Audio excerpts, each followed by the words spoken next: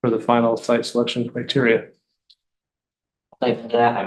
Can I just introduce Gary Weber stepping in, or Dustin Stumbling Bear as land representative this month. Share anything about yourself. Yeah, I'm Gary Weber. I'm the president of Sunset Hill Neighborhood Association, which is right over here, and secretary of land and a longtime bus user. Okay, I will dive into presentation today.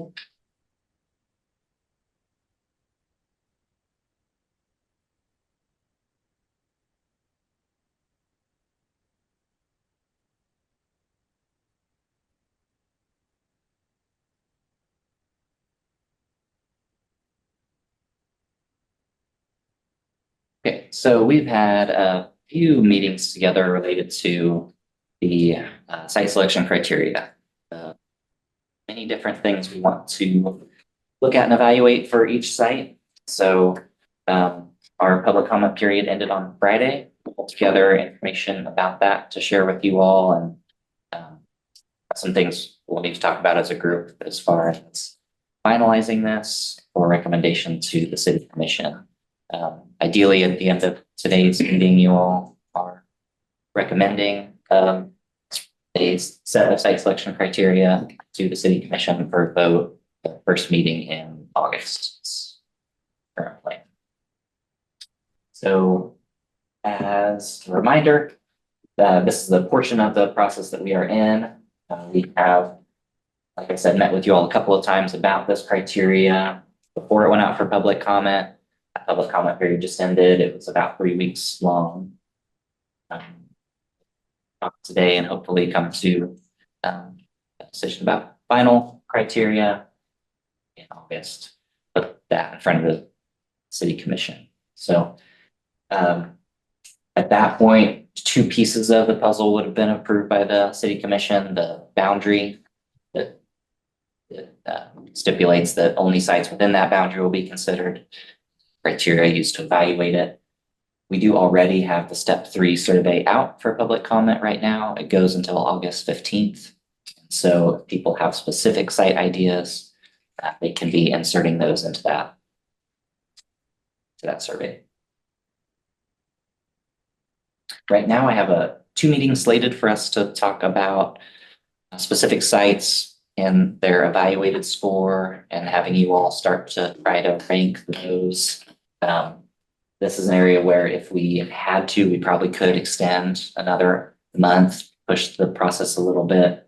But I think it'll depend on, next month will be our first run at that, and see how much discussion each site takes, or discussion takes between sites. Okay, this reiterates some of the timeline materials, just saying that we're at the point where I'll make the final adjustments to the criteria. We did some different things with outreach this time. We struggled to get focus groups together. That was something we talked with this group about. I thought that would be a good method to get more discussion around pretty dense material. We invited you all to send us folks who might be interested to join. Through the survey, we asked people, if you want to join a focus group about this, please email our customer service email so we can get one of those together. We got one individual who replied and said they were interested in a focus group. So we had a bunch of holds on the calendar. We were ready to do that, but could not formulate a group to talk through that way. The good news, perhaps, is that we still got 117 responses through the survey online, and I think some pretty good digestion of the dense material. So I think we did get what we wanted out of this. In this case, there's some different psychology around when you encourage people to get engaged with the survey. In this case, we did kind of a final push with all of our other stakeholders to say, hey, the survey closes in a few days. Please get out and take us. And with that type of urgency, we did get some bump in numbers that last week leading up to close the survey. As a reminder, this is tough to read, but these are the 14 criteria and the scoring on the far right side that was sent out to the public for discussion. And we'll go through each of these one by one to talk through what was said. I mentioned 117 responses. There were about 12% of those responses, which I think equates to around 14 people who basically gave feedback of just don't do the project. So we didn't get much meaningful feedback from those, but there was, the remaining percentage gives some, feedback that helps push in one direction or the other. As a general thought, the public indicated that they were in favor of advancing the criteria as written. So the way it was written, the way it was scored, most people, that's what these numbers represent. Criteria number 1, 77% of people thought that looked good to them as is. So you see some lower numbers throughout here, and you'll see that as we go through them one by one, and we can talk about what that meant. There were a couple takeaways I wanted to bring to the surface. So there was desire with material as dense as this for there to be greater explanation for each criteria. People really wanted to see more of the maps in some cases. They wanted to understand some of the rationale behind the scoring and definitions and what exactly do we mean by green space or park space, things like that. It's a balancing act when you're putting out a survey like this of how much information you flood to folks to get them to take a survey. Are they going to sit with it for 10 minutes or an hour? Some people would sit with it for an hour. Others, that's too much. So that was just something we recognized that this was somewhat tough information to work through. I do think that as we put this stuff into action, park space impacts will become clearer in the evaluation of any given site. This site would impact park space because of X, Y, Z. So in this theoretical sense, it was a little tougher to explain. At the site level, I think we can clarify to people what the justification for a certain criteria or score might be. Also wanted to call out something which is just human nature. As people came across certain criteria, they were very focused on the things that mattered most to them. So it could have been, I love this criteria and I want it to be worth 50% of the decision-making power. Or I'm scared of this criteria. Please don't choose a site only based on this thing. So I think that is just a good, I think we should keep that in mind. I think talk with the commission about that is that, the point of this is to have a lot of different things we're considering so that there's not, something that really weighs above or really skews something. Okay, so let's get into each of these. Criteria number 1 was about just having the physical space to accommodate the required elements of this project. So I talked some with you all about puzzle pieces. I think I had maybe drawn the one puzzle piece for the Sawtooth Bus Bay.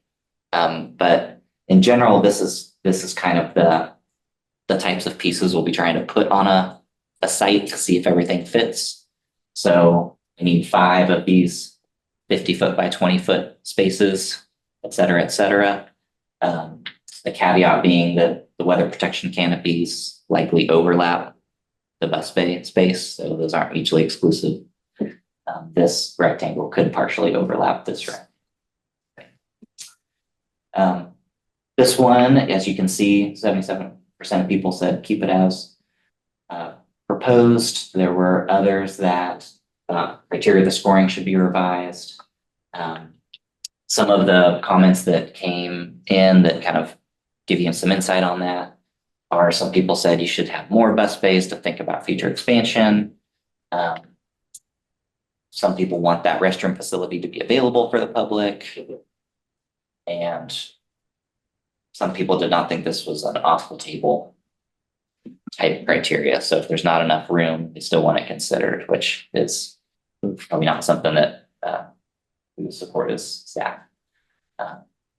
So that's that one. Is it worthwhile to pause? at Quick each- question on the restroom. Yeah. I think, yeah, we should probably pause at each one, but,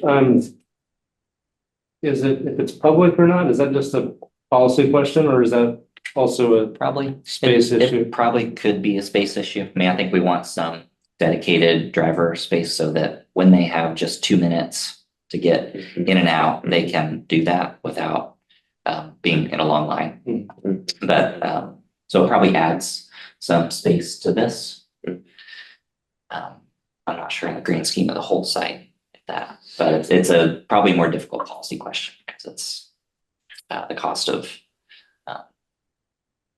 cleaning and security. Yeah, I'm open to talking about that though. I think it's an interesting comment for sure. Like at Central Station, the city's not agreeing to staff it on Saturdays past 2 o'clock. So there's no bathroom for people, and there's really nothing in this area that people can run to real quick. So it creates a really awkward situation where people will ask, where can I go to the bathroom? And I say, well, not sure. Like there's like I don't know. I don't want to take people into the building. But like especially if there's like a little kid involved, it's like they have tiny little bladders, and when it's time to go, it's time to go. And I don't really know how to handle that situation. I'm kind of just turning a blind eye to it. But that's a predictable situation. Like that's obviously going to happen. Like I think for downtown, it might be easier because there'll be an expectation that someone could run into a business. Right now we have the library, but that could also close, and also whatever business we get close to might not be interested in having a ton of people like run into the bathroom every hour or something like that. So I know it like increases the cost by a lot and will make the site selection, which is what we're here to do specifically, more difficult, but I'm really open to understanding, I guess, like the exact impact that would be and whether or not we could make it worth it somehow, like what we would have to give up. Most businesses downtown don't want people coming to use their restrooms unless they're using the business. And of course, a lot of businesses don't have public restrooms anyway. On the other hand, people will be using that restroom to camp out in.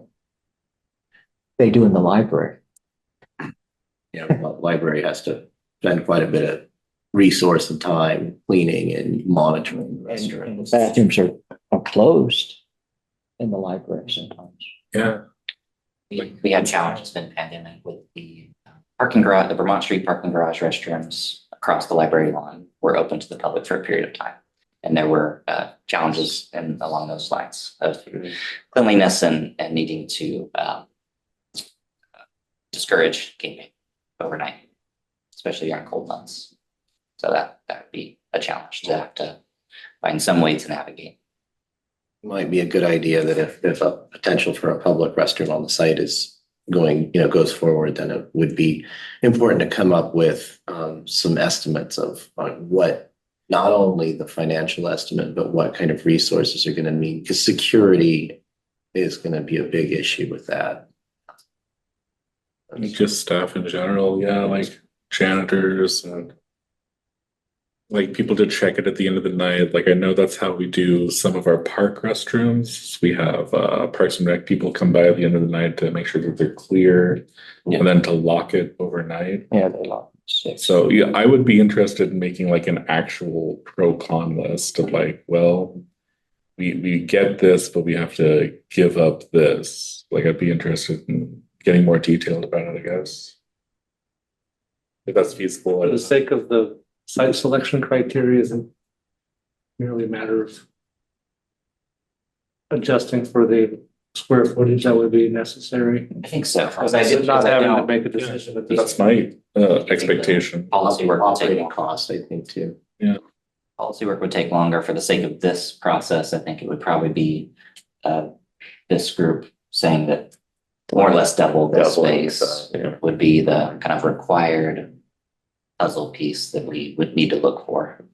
Of course, that can be configured not in one big block. We can break that up, but How do others think about this? I'm just thinking right now, the question isn't really, do we suggest there should be in one, but just should there be space? There should be space. And I think that it should be an exclusionary factor. If there is not enough space, then we should not consider a site if there's not enough space for what you have suggested. But should it also be exclusionary if there's not space for potential for a public restroom?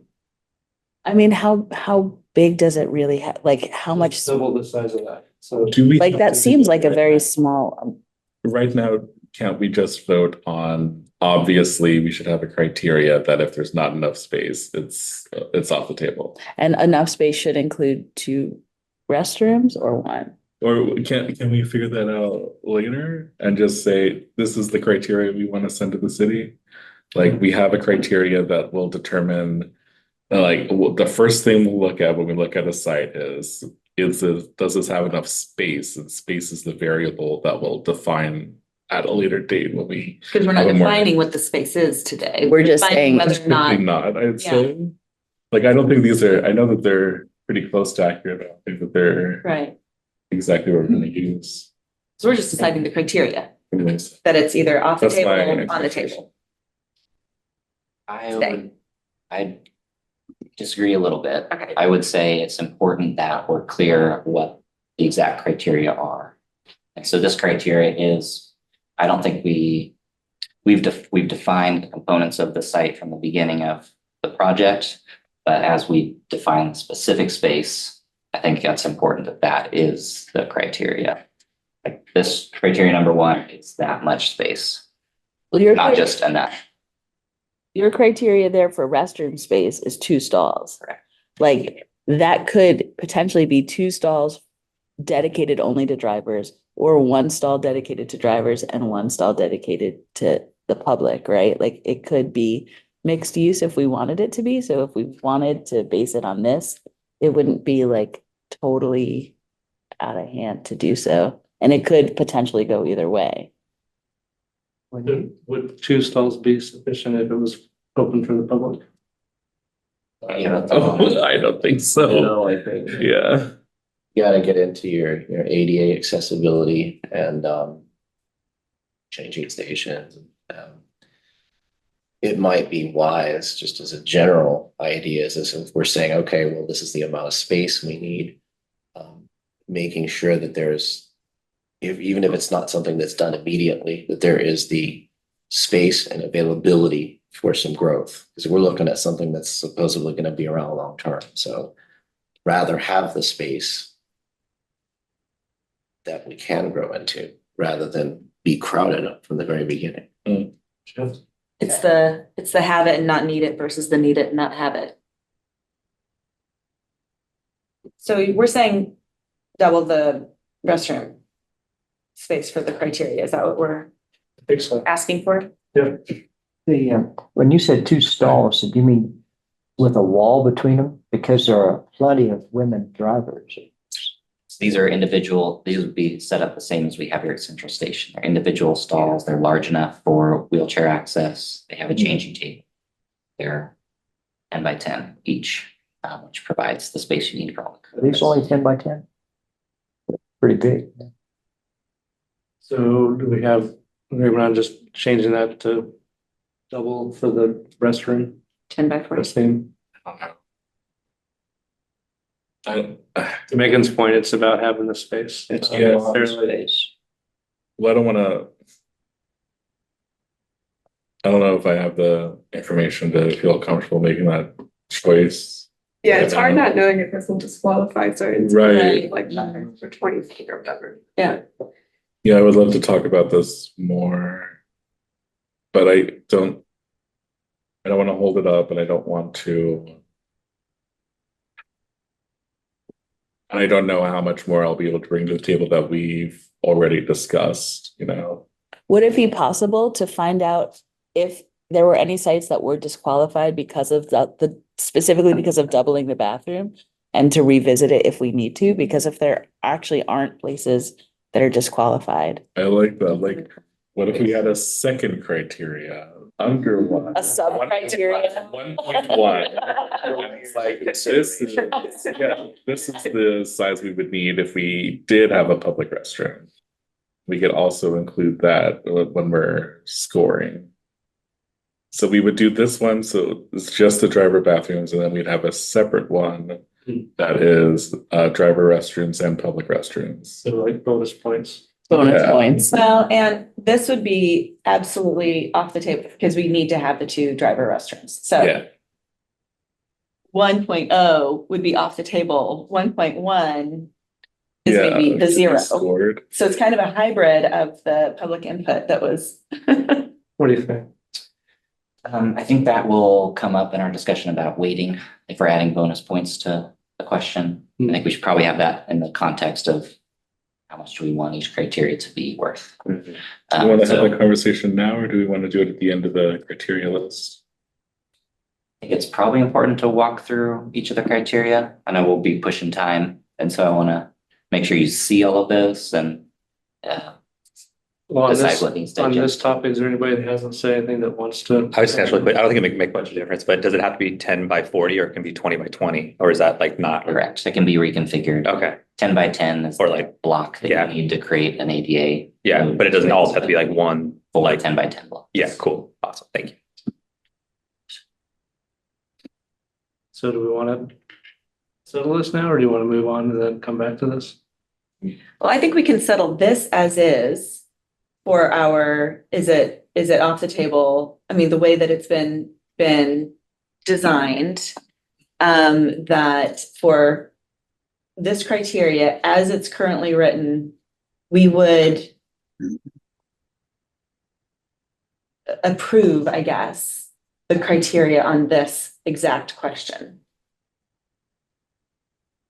And then we have our wish list, sub question. When we get to more Then we can come specific back around site to it. selection, we can return to it. You'll have to go to the city commission meeting again to describe what you're thinking. Yeah. You'll see some of this type of feedback throughout. This will be a theme through a number of questions, kind of opposite comments. So I bring both of those up. But this criteria is about the 3 parking lots that are part of an RFP process. State has told us, please do not consider those sites because it will highly complicate your grant dollars to do public-private partnership. They don't want to go through that process themselves, I don't believe. And so this criteria is about disallowing consideration of those 3 parking lot sites. And as you can see, mostly support 67%. The couple of themes that came up were don't allow development on any parking lot. And other comments, people did not want those 3 lots excluded from possibility, wanted them to remain as likely options. I've got a couple of questions. What are the locations of those 3 lots? What numbers are they? Do you remember? Lot 3, 10, and 2. 3 is a large lot on Vermont Street between 8th and 9th. 10 is just south of Wheatfields on Vermont. South of Wheatfields? 2 is across the street on New Hampshire from the old Borders building. What are those again? I can find them, but you gave the numbers again. And there haven't been any changes. It's still just those 3. It's not 2 or 4. Correct.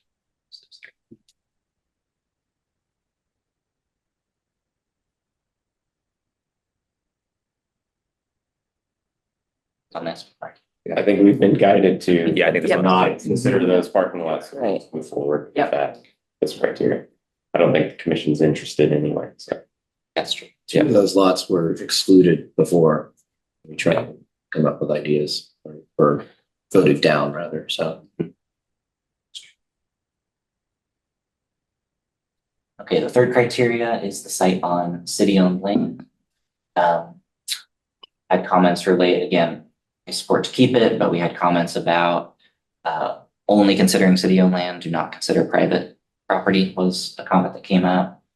There was a comment about scoring. I think we should table that until you all see this discussion about weighting each criteria. And then there was comments about city-owned versus private owner who's willing to sell being kind of ranked the same. Obviously, the private one would still have a big financial cost to it, which is why we had wanted to consider it differently, but that comment came up. So those were general thoughts there. On the comments that we receive, I'm assuming that you've provided for us any comments. So if it was mentioned once, it's still provided. If it was mentioned 40 times, is there a way that you're kind of letting us know this is something that was commented the same on multiple occasions? I've tried to characterize the meaningful comments that came through Okay, from anything that's not in the 78%. okay, I will say it's not highly. Someone who answered the criteria should be revised, mhm. sometimes provided no description. No Sometimes comments. provided a context description that was unrelated to revising the criteria. Okay, So you had the used the judgment respondents on. of the survey, I did not have time between Friday at noon and today, but we'll be creating a report like we do for any public process that has all comments Okay, listed out in a table so that there's full transparency with what we heard and people have an ability to see, is this slide fair or not, or did Adam cherry pick the best comments that would advance the conversation? So we make all that stuff public. all visible and public. And I tried to bring forward to you all anything that could be something for you all to think about. You know, a comment might have been no downtown bus hub. Comment might have been blank. So things like that, didn't bullet out everything because it would just complicate this discussion. I mean, I think the way we proposed it initially is fine based on this feedback, so I would leave it as is.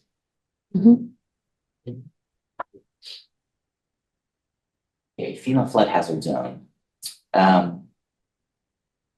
There really weren't a ton of meaningful comments. There was one person who said, you know, you can, or there was actually several comments of, you can build in flood zones, just fill it up, you know.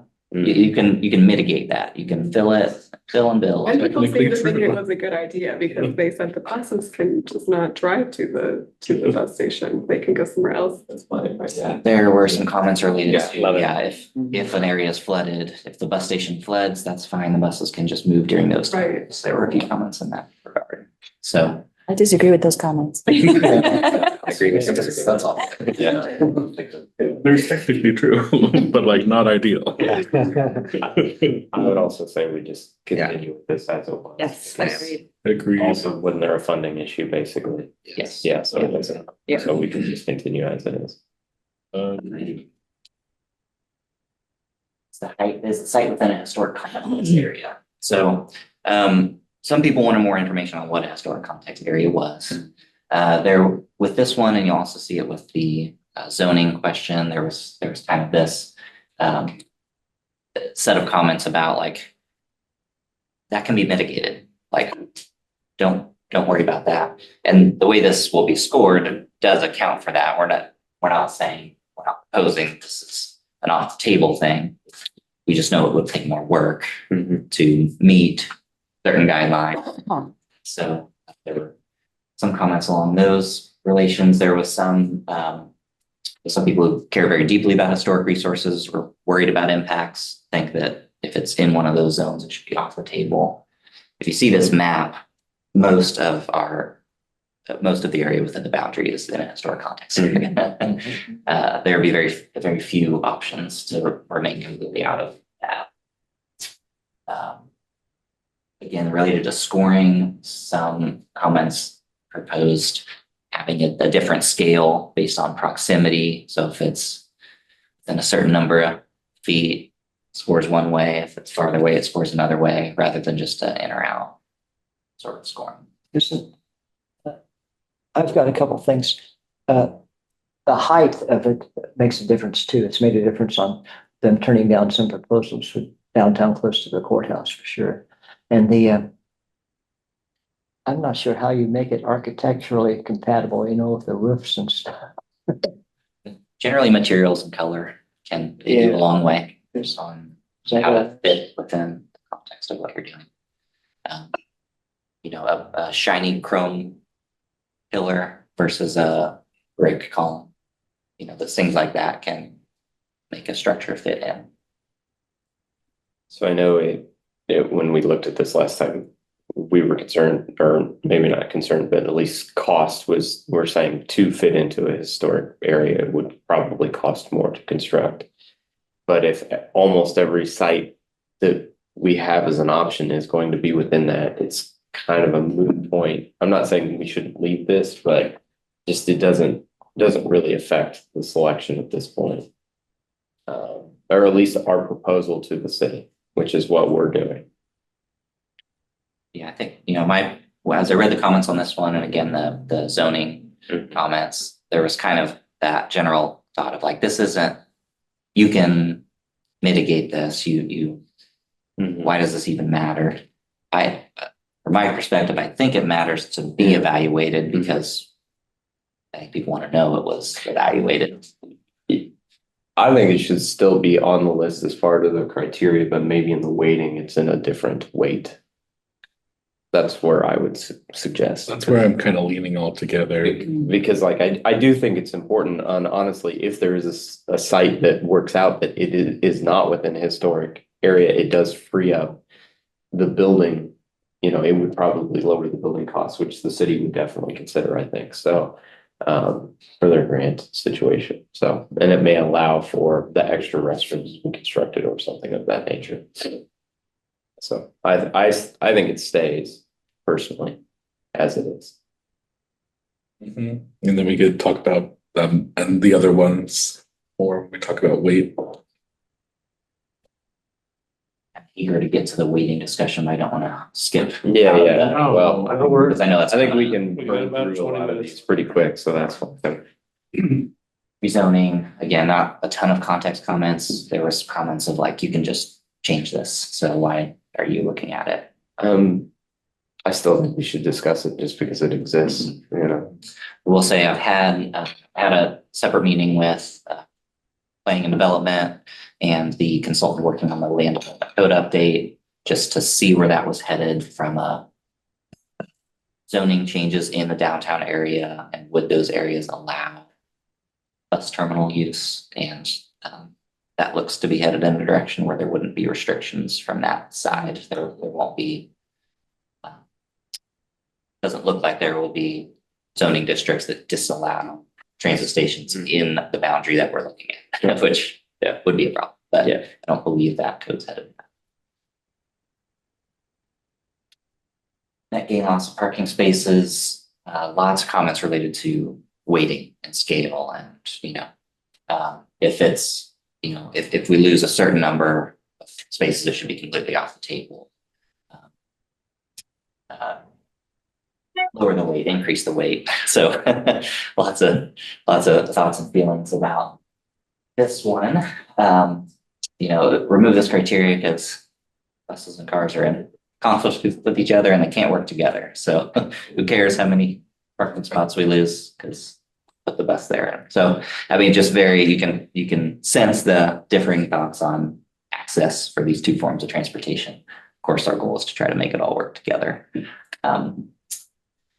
There was a comment about, should bicycle parking spaces be included in the net calculations?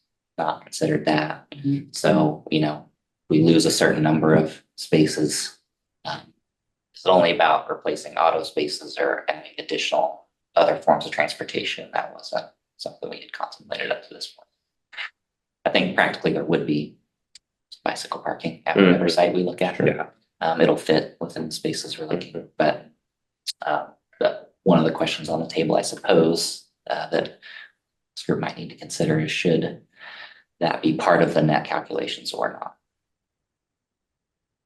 Is concerned that somehow we would lose bike parking. I think so this criteria is trying to look at impact of access to people using automobiles. Another way to look at it would be impact of people trying to park in whatever form of transportation want to downtown, car or bike. So if we know if we move anywhere from our current spot, we gain back 18 spaces, possibly. But what if that was 17 spaces and 6 bike parking racks? Should that be calculated as net, should that be calculated in the net parking spaces lost or gained? Or should it be strictly about automobile parking spaces? Is there plan, I feel like you've told us this, plan to do similar bike racks like we have here? I'm not sure if we've decided if bicycle lockers will be part of the site, so the enclosures that would keep a bike completely dry in weather. But certainly the U racks that are out there will be part of the site.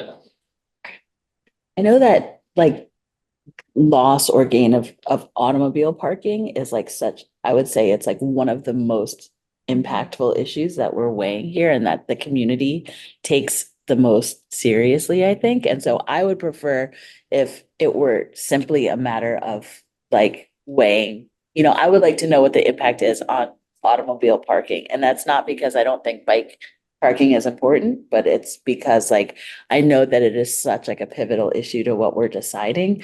I don't think I want other data clouding that criteria. And Well said. It's a good one. I would say if you want buy-in from the downtown businesses, if you don't put this out there, you're gonna have a lot of pushback.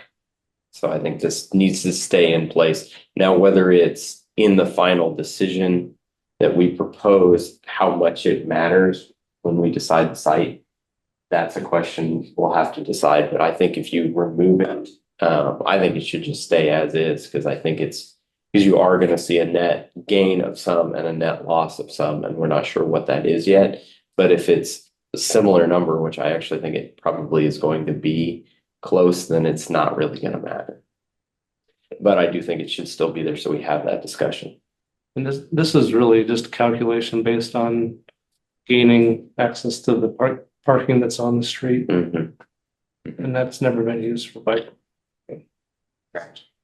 I mean, they Not in could, 10 years, not in 11 years. yeah, I mean, there were. Feels like this is about the net change. Well, there were a few spots, and I think they've been eliminated, but they did at one point downtown block off a couple of spots and create bike parking, and then they took it out. Mhm.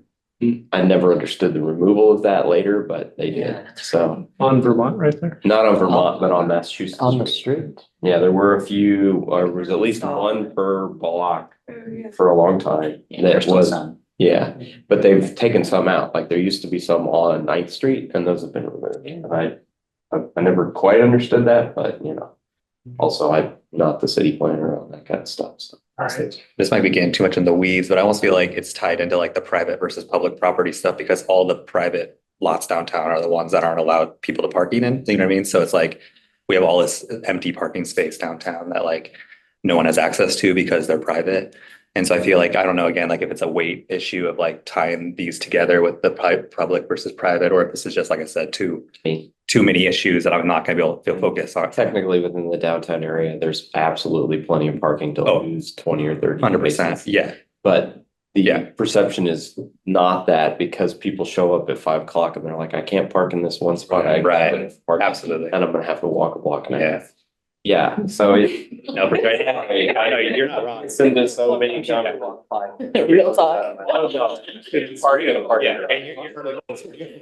Any spot and those parking garages always have payers. Yeah, you're not wrong at all. I mean, No, 100%. I mean, I guess I'm thinking like obviously like the 11th and Mass parking lot and like the Borders lot and stuff that are like illegal to park. But you can park in them. Obviously, I always do. But it's like, I agree. yeah, that's like that because it's like, why can't we use those spots? You know what I mean? Because we can, but it's also just like in terms of the building of the bus stop. But I hear what you're saying 100%. Like, you're right, for sure. It's like there's so much parking. Like, But it's a perception thing versus reality. Right. The perception is there's no parking downtown. Fair. And this has been a discussion. I've been in a business downtown for 20 years. Yeah. And I don't know that I can go an entire week without somebody complaining to me that there's no available. agreed. Yeah, agreed. So When our new. if I could never talk about it again, I would be so happy. I'm sorry, but I agree. so I do think we have to leave this on the table because it's a perception thing, but yeah, just see how it is. So for us to get through the rest of this, Yeah. how about we just go through the rest of them and then jump back if someone has something they want to say? Okay. That help? Yeah. Yeah, I'll go through the rest. We'll get to the weightings. I think that's a critical piece of kind of all of them. Okay. Okay, park space, green space, open space. Some folks want to just off the table if there were impacts at all. And then some thoughts about weighting. Some people compared this against parking, parks versus parking. Weighting, they feel like should be the same. So.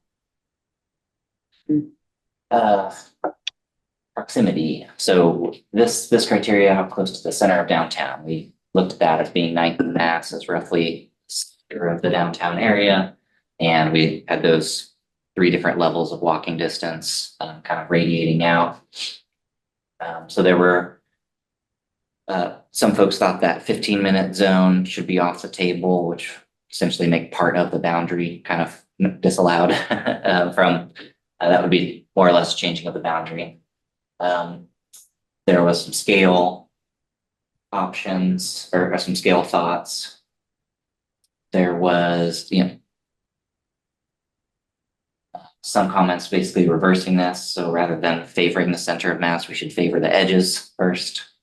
And then there was a question about should where you move, define your walking place not be 9th in mass, but should it be close to the existing location of the transfers and do your 10, 15-minute walking from that area. So that's something I had not thought about either. I was thinking more about the destinations and less about the current setup, but that might be something to retouch base on if you all want to.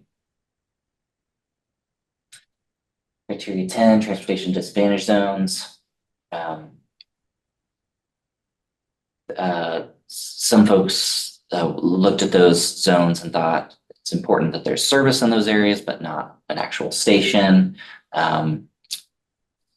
In the downtown area, kind of the southeast quadrant of the boundary we're looking in is the highest transportation disadvantage zone when you look by census block. So there was some concern about if we favor this criteria too much, it'll work against the criteria that favors placing it close to the center.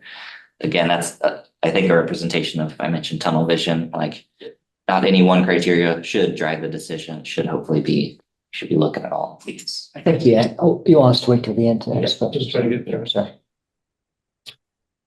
Approaching from different directions. Some folks thought if it was difficult to approach from multiple directions, that it should be off the table. There was questions about weight.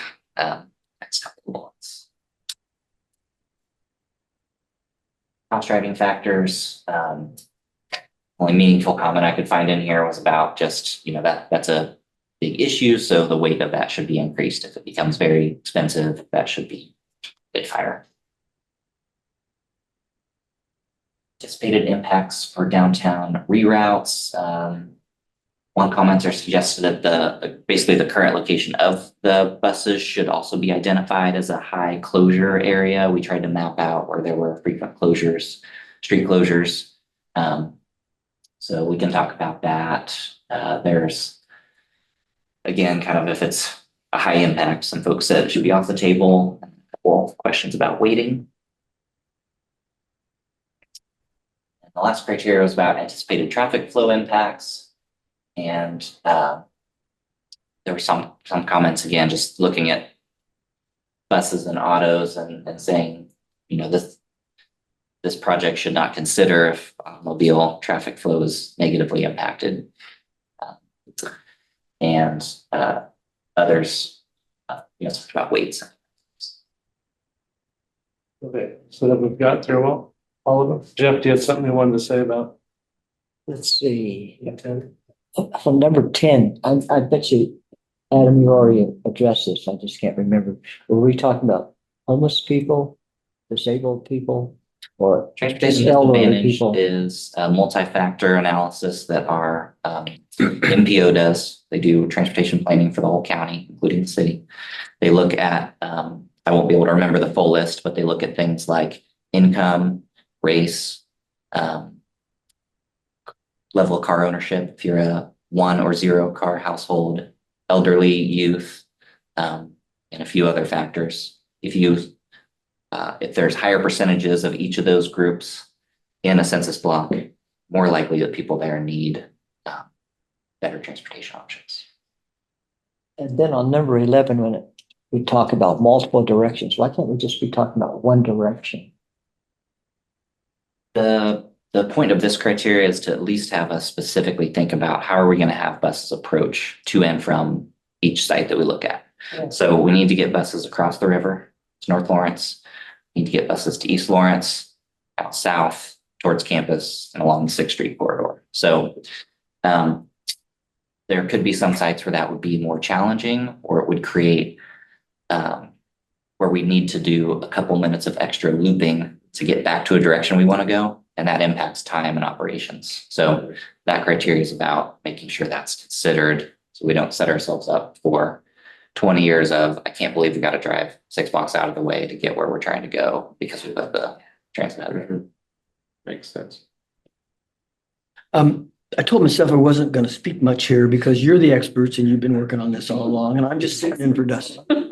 But criteria 9, I think, is kind of important to me. And I want to just say that I think proximity should be at least kept where it is and maybe even strengthened. What you're talking about here is a downtown bus transit hub, not an East Lawrence transit hub, not an Old West, not a North Lawrence. So proximity is critical for those of us who use the bus, especially those of us who don't get around well. So if you shove it out to the perimeter, then you're just a disservice to those people who use the bus. And the justification, I haven't heard anybody say it out there, but I get this feeling that the justification is that we need to shove the people who use the bus, who are not the best part of our culture, away from downtown so that visitors to downtown won't see them. But I'm afraid I don't think you're going to get that. I don't think by pushing the bus station away from the downtown that you're going to take the people that whoever wants not to see down there away. They will be downtown. They will be there no matter how far they have to walk. And so you're not solving a problem, but you're making a problem for the people who use the bus. And I think we need to be concerned about the people who use the bus. I agree with you. Yeah, 100% agree. Well, Certainly. regardless of where, downtown this goes, safety and security are going to be part of the criteria that we work with anyway. I know it's not mentioned a whole lot right in here, but it's there. It's a part of a lot of these things. So, yeah, I mean, we need to make sure we're not shoving it all the way out one direction or the other. Yeah, okay, so I wanted to talk about weights. So for the lowest approval criteria, 2, 5, 7, 8, and 9, it seems to be concerns that I think we could group all together as like the context of downtown and what it is. Like it's people who don't want the essential nature of downtown changed because of the bus hub. So that's parking, historic context, green spaces, and also the number 9 is the centrality of downtown. So that's something that I think we can address by potentially modifying the weights on just those criteria to be weighted as slightly higher. And that wouldn't complicate our scoring system too much for us. And it would also signal to the public that we appreciated, like especially number 9, because this is something when we talked to the city council, we had difficulty explaining to different commissioners, and it's great that we got all the comments and we could show like these are the things that the people are really concerned about. So this is going to be an important tool for helping us show the will of the public is on our side for the project. So I think if we adjust those weights, it'll be us communicating with the public, like we hear you and we also care about this, and we're going to take the weight of these concerns seriously, literally and figuratively. Actually, Can I use that as a segue to Yeah. talk about? I have a couple weight slides that I think will help conversation perhaps. So, teed up the weighting conversation. You brought up the lower scoring ones, which I just kind of tried to call. They're still really high, like they're all above 50. Yeah. So, I know this is not huge because 14 criteria is a lot of criteria. But, what I've shown here on the left side is our current scoring model. We have a handful that include an off the table score. To achieve some sort of weighting factor, we got to get rid of zeros because we can't multiply zeros by things. So the adjusted scoring, this adjusted scoring is an attempt to get every single criteria weighted the exact same. If you score the highest you can on the parking one, you gain the same number of points after the factors applied as the highest scoring park space. So as an example, the parking related criterion is number 7. If you get the best score you can, gain parking spaces, get a score of 5, multiplied by a factor of 0.5, gain you 2.5 total points for that criteria. If you score the highest you can for the park space one, I'm trying to think of which one that was. 8. 7. So far, Oh, 7. Yeah, sorry. I think it's 8. 8. So help me if I'm correct. I think 2 times Yeah. 2.25. Yeah. It's Equals 2.5. Yeah. So the factors on this, multiply this times the highest of every option, and it gets you a score of 2.5. So it makes everything the exact same point structure. So that's just a way to equalize it. We can certainly then, if this group desires, get into the idea of taking some of them and deciding to weight them more, weight them less. I know we are tight on time, and that discussion could probably last another year if we wanted it to. Yeah. And it'll get, we'll never get that to the place that everybody agrees with. So I'm open to how you all want to move forward. We could, I guess I'll let Charlie lead that, but if we could delay our process a month and have more discussions around this. does that have any impact on the process? I know you said at the end there was some flexibility.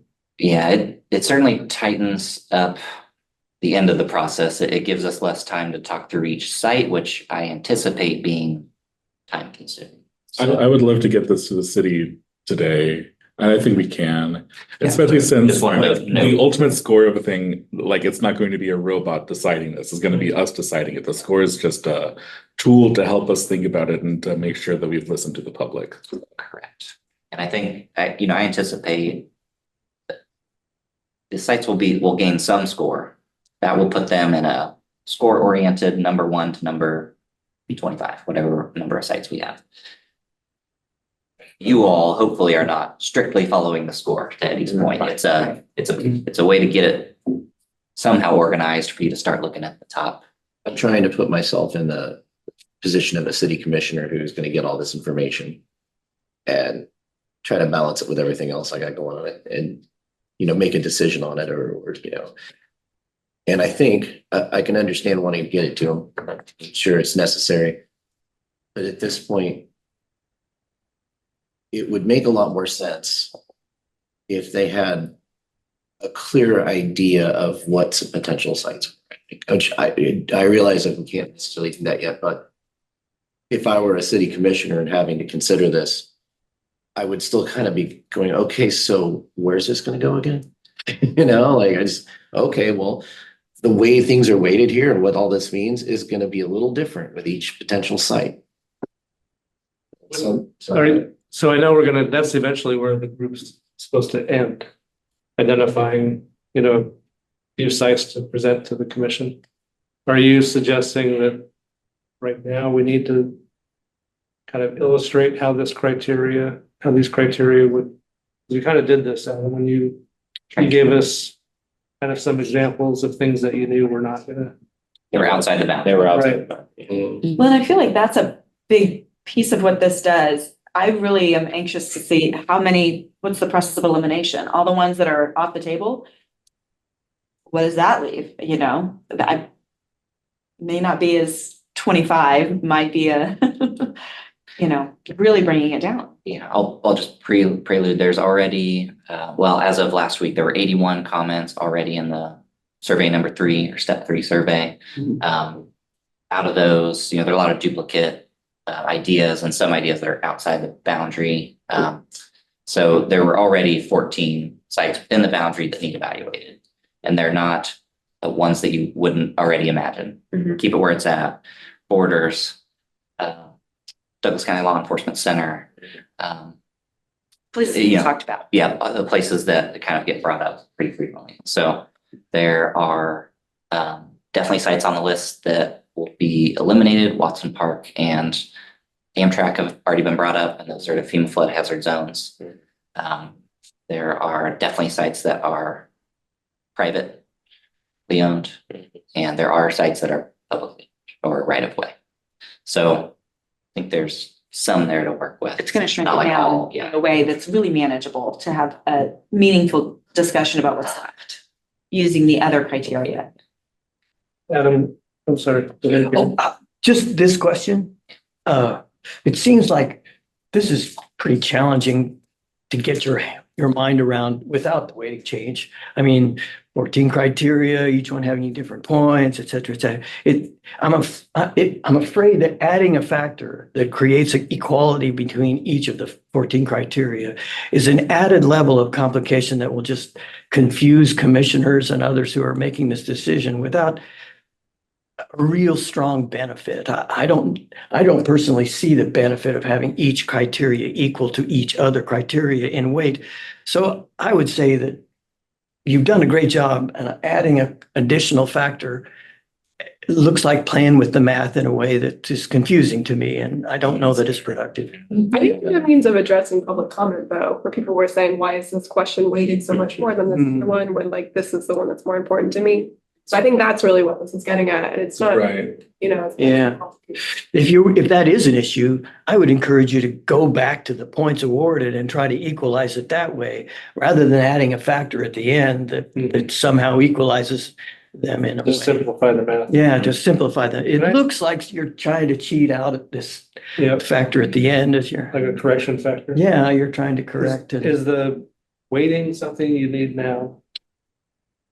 Well, I guess in proposing the criteria, there has to be some scoring behind that. And that's two ways to get at the same thing. We could go back and try to find a way to get 5 categories in each of these that all equal the same number of points. And that equals the same weight too. I would say that's challenging work. Is park space impacted? How do I get 5 categories out of that? So the factor is a way to get equal weighting much more simply. I'd probably need to spend another month revisiting all the scoring if I wanted the actual points to all be the same, if like a 0 to 5 or a 0 to 3 scale for everything. I mean, I think this is a good way to go about it because it does equalize all 14. And then at least from a public perception, you're saying, okay, all of these factors have equal weight versus saying, well, parking is more important than accessibility to the center part of downtown.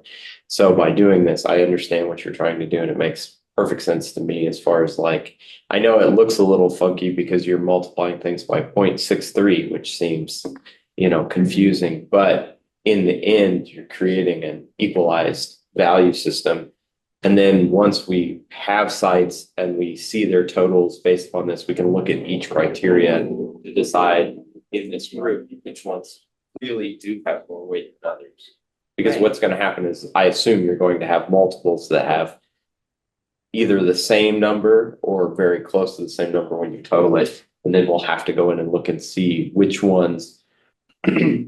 Why would this one be better than this one? Is it technically closer in this situation? Or does it reduce, does it impact less parking? Or is it, oh, it does actually have that space for that extra bathroom? I mean, so we don't, those are like granular things that have to be discussed no matter what this weighting looks like, I guess is what I'm thinking.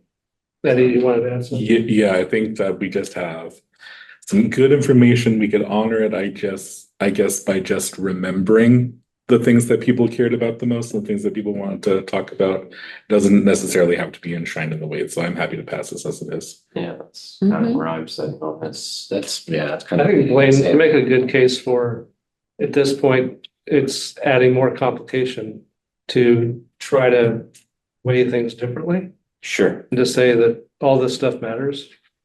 Because, yeah, I mean, to me, at least in the end, it all matters. Well, again, put yourself in the position of the city commissioner that receives this information and Yeah. in the detail that it's in now, it can be digested. It might Yeah. seem a little complex in areas, but I think it can be digested where if we add another layer of complexity to it, you're gonna start losing it a little bit. Yeah. It's gonna go, hey, I got a thing I gotta do here. Yeah, well, and I think, I mean, I can see a system where you don't do a multiplication factor, but like Adam said, that's a lot to go back and fix. Because some of them just have more criteria based upon it's a more it has more minutia per item. So I think This also makes it a little more transparent that Yeah. the goal is not to weight them differently, Yeah, Right. which It's a show of good faith, basically. Yeah. Yeah. kind of says we're not doing that. Mhm. Everybody, this is a debate about what matters more. All right, I think it Well, looks then, good as it is, and we should move forward. I'll entertain a motion then to approve the criteria. I want to move to approve the criteria. Second, third. Multiple seconds there. All right. Hazlitt, I'll give it to you for the first and then the second. Lance, how about that? All right. Is there any additional discussion on the motion? Okay, all in favor of approving the site selection criteria as presented, say aye. Any opposed, say nay. Did Mark have a chance to answer? Didn't join, but he had to hop off. Okay. So have something. All right, next time on our agenda is just our next meeting, on Monday, August 19. You want to say about that? Only to mention that because we've already got some sites identified, I've started to frame out what each site packet looks like, a cover sheet with the score, probably how that ranks compared to all other sites. Is it number 1 of 20 or number 10 of 20? And then probably a page for each criteria, with some digestion of, I think it scores this and here's why. So already starting to work on that. Just a reminder, I keep the website updated.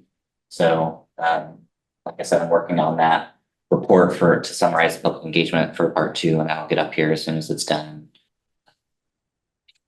Keep you all updated. I'll probably at some point start figuring out a way to load the site evaluations on here, and that way the public has the ability to see them.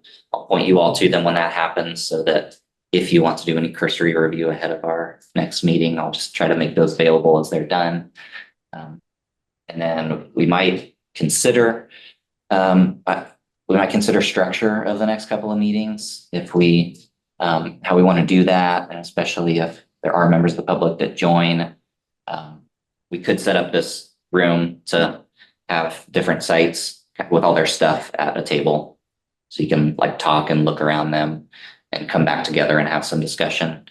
Or we could go through them one by one, kind of round table like we've done. So Since we talk about We need more time. it might be a good idea, just not knowing, like when you mentioned, I think we could get into some pretty granular stuff per site. So I don't know what the feasibility of folks is to do that. The other, if more time's not an option, the other option is just additional, more than 2 meetings to talk through these. Mhm. I think maybe it might be good to have the first meeting and then see if Yeah, there's a possibility we need to add time. or maybe we just narrow down the first meeting to be the topic, but give access to all the rest of it. That probably is a good idea. Yeah, would it be possible for us, well, when does the survey close versus our next meeting?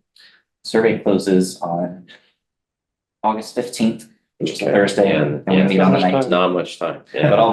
But like I said, we've already got people put in sites that need evaluated. Sure, okay. So that work can start right now. Right now, yeah, And so it's really only if there was something brand new that came in on the 15th. on the 15th, maybe that site wouldn't be ready by Monday. Okay. But Yeah, I think a lot of them could be ready. Yeah, honestly, I think I think we're gonna see most of the ones that are actually, that we can evaluate.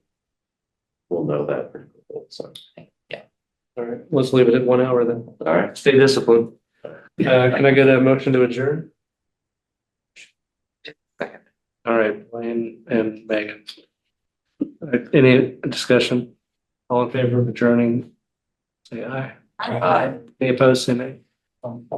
Meeting adjourns 10:08.